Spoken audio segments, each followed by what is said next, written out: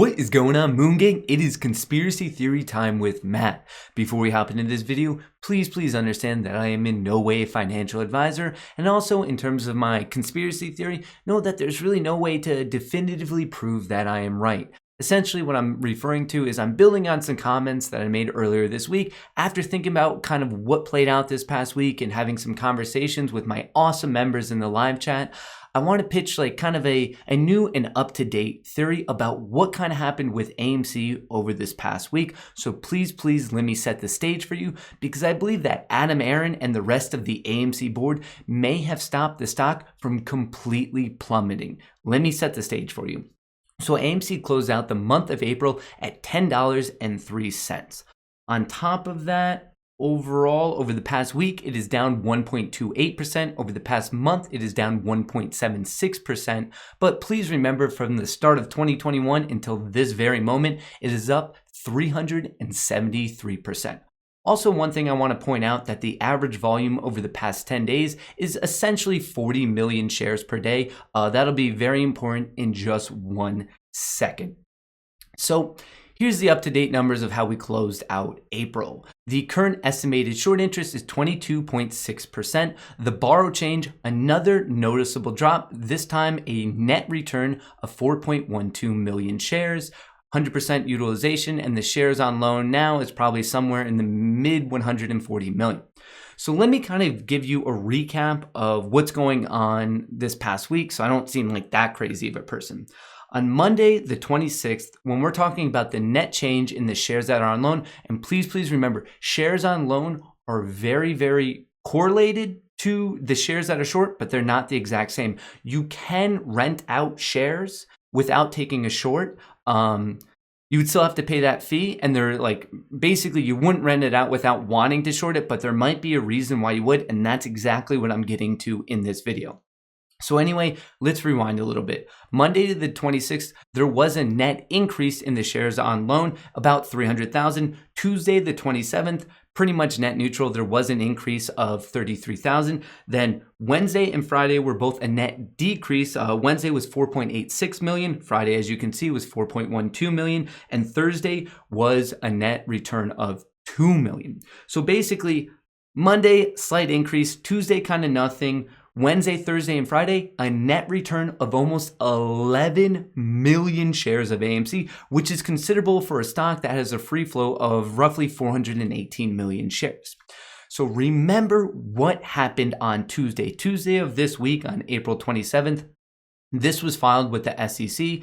Basically, on Tuesday, May 4th, there is a shareholder vote. Originally, there was proposal 1, where AMC, the leadership, the board, was asking to have the authority to increase the outstanding shares by almost 100%. They were asking for the right to increase by 500 million shares.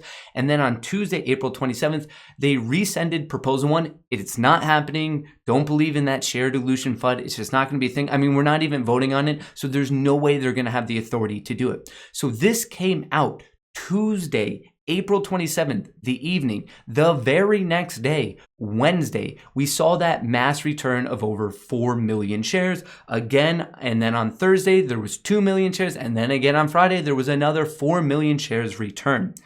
With that being said, that's a lot of shares returned. And we're not seeing AMC going up. In fact, like I just said, over the past week, AMC actually came down by 1.28%. And we all know that if you're covering a short position, that inherently means you have to buy back to the market, which is buying pressure, and it pushes the stock up. But we're not seeing AMC go up. It actually dropped by 1.28%. How does that make sense if you're telling me, Matt, that 11 million shares were returned? And that's what I'm saying is, remember that shares on loan is not the exact same as short, as in they kind of got in expecting potentially, hey, we know AMC is hard to borrow. We want to short AMC, but not just yet. And so basically they had the right to do it. Remember, this is just kind of the transfer of ownership. If you loan out shares and just give them back without ever taking a short position, it in no way impacts the stock price. You're not adding buying pressure. You're not adding selling pressure. You're not doing any of that. It's basically you paid a borrow fee to have ownership of it. You did nothing with it and you're giving it back. So why would they pay that? Well, first of all, like I just kind of alluded to, AMC was becoming very, very difficult to borrow. There just weren't that many people. Like we were at 100% utilization. The people who were renting out their shares of AMC, all of those were basically already on loan. It was a very, very difficult stock to borrow. And that's why we saw the cost of AMC stock to borrow to basically go on loan was very, very high.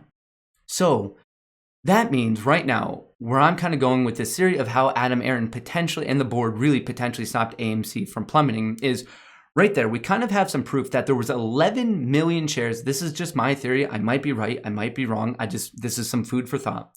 So if there were 11 million shares that were returned and we really didn't see an impact in the AMC stock price, it kind of wasn't going anywhere. It's giving me the feeling that those particular 11 million weren't basically short against the stock. They were just owned and they were prepared to go against the stock. Well, if they were prepared, let's look back at that SEC. That shareholder meeting was on May 4th, as in this upcoming Tuesday. Just so you know, I am filming this on Saturday, May the 1st. So it's upcoming.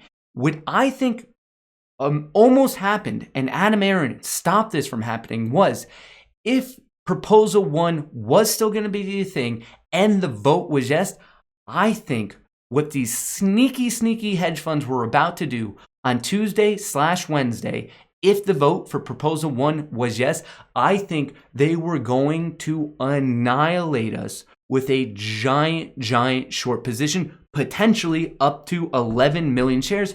What do I know? It might even be more. We might see more of a return on Monday and Tuesday this upcoming week. So let's say minimum of 11 million shares.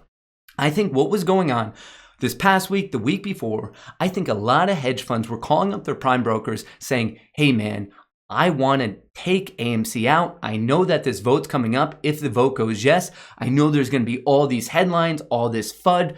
Fear will be going rampant with AMC shareholders because all we're going to talk about is dilution. And on top of those headlines, we're going to scare them with price action by an immense amount of selling pressure prompted by selling 11 million shares to the market. And that would be huge coming back to this average volume. If we're on average trading 40 million shares, right there, that's 25% of the volume. I know I've made videos talking about the short volume ratio, how it's not that useful because we don't know high frequency traders versus legitimate shorts.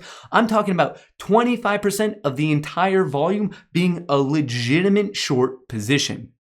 Obviously, now that the proposal's taken off the table, it's not going to happen. And I think that might be a reason why we're seeing a mass return of shares.